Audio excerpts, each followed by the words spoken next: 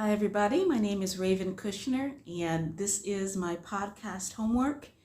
I wanted to give you 10 fun facts from the art world in no particular order. The first tip is, well, not really a tip, just a fun fact. Michelangelo actually was not poor.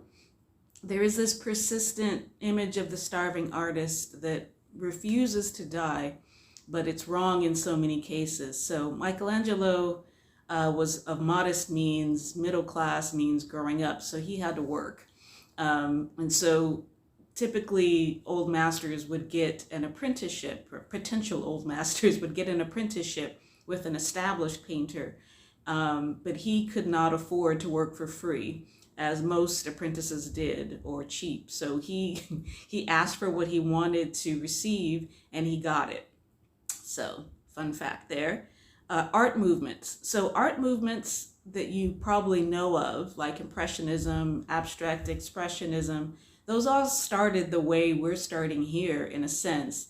They started with groups of people that just did it.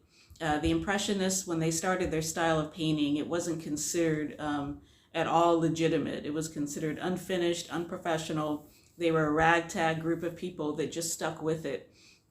And they ended up becoming the establishment, because next period was the abstract, or one of the next periods was the abstract expressionists.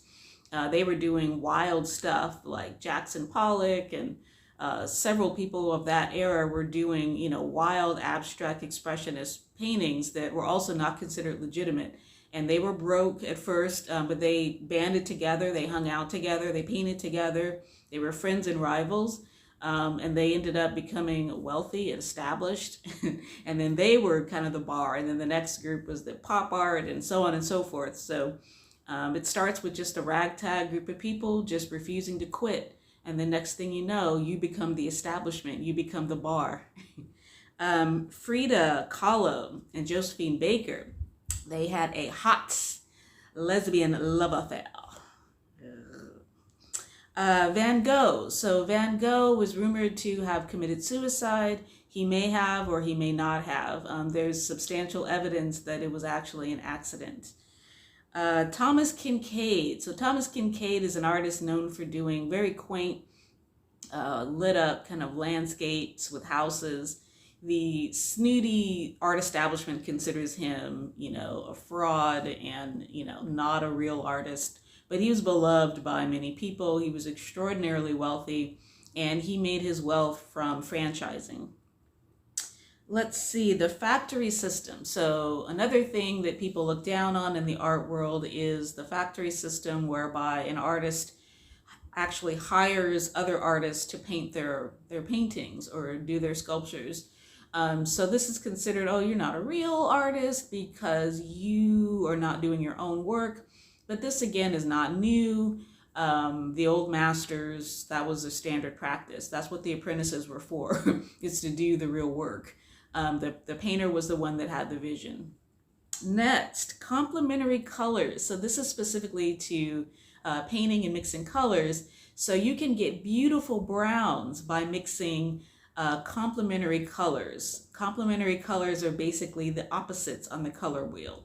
So blue and orange are considered opposites. If you mix them together, you'll get a nice kind of medium warm shade of brown. Yellow and violet are considered opposites. If you mix them together, you'll get a darker brown. And then finally, red and green. If you mix those together, you'll get a really rich, deeper brown, not as deep as the yellow and violet. So if you ever want to mix a beautiful shade of brown, you need complementary colors. Let's see, acrylic paint and oil paint. So I could go into what's the difference.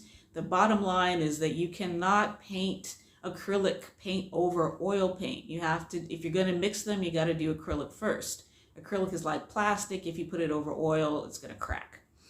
Next, canvases. So if you're on a budget and you're buying canvases that are maybe in the budget category, cotton canvases, they can sometimes get little dents and little bags in them because the canvas is material. It's made to stretch. So when it stretches and you don't want it to stretch, it has little baggy parts in it.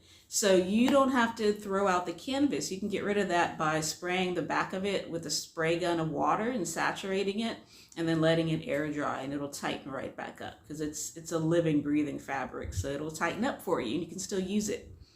The Patron System. So the Patron System, see, was that 10? Yeah, this is the last one. So the Patron System kind of has always been there. It used to be the church, the Catholic Church. They were kind of in charge of what art got made and what was considered legitimate and what was not legitimate.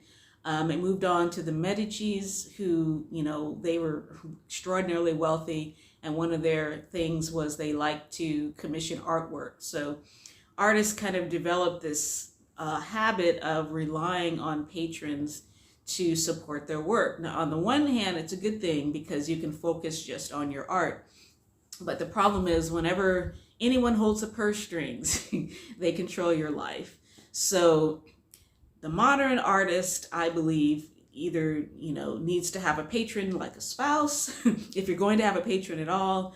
But more importantly, you need to be your own patron. So either you're working your job in the meantime until you can get free of that and be a full-time artist, or you just really have to learn the business end of being an artist. So if you're an artpreneur, there is no escape. You have to learn about money. It's not scary. You're not a starving artist. You don't have to do that. That's tired. That's an old trope. It's a stereotype. It's outdated. It's old-fashioned. Throw it out. You're an abundant, thriving artist, and that's what we want to establish as the next bar. Thanks for listening. Y'all have a great day. Bye-bye.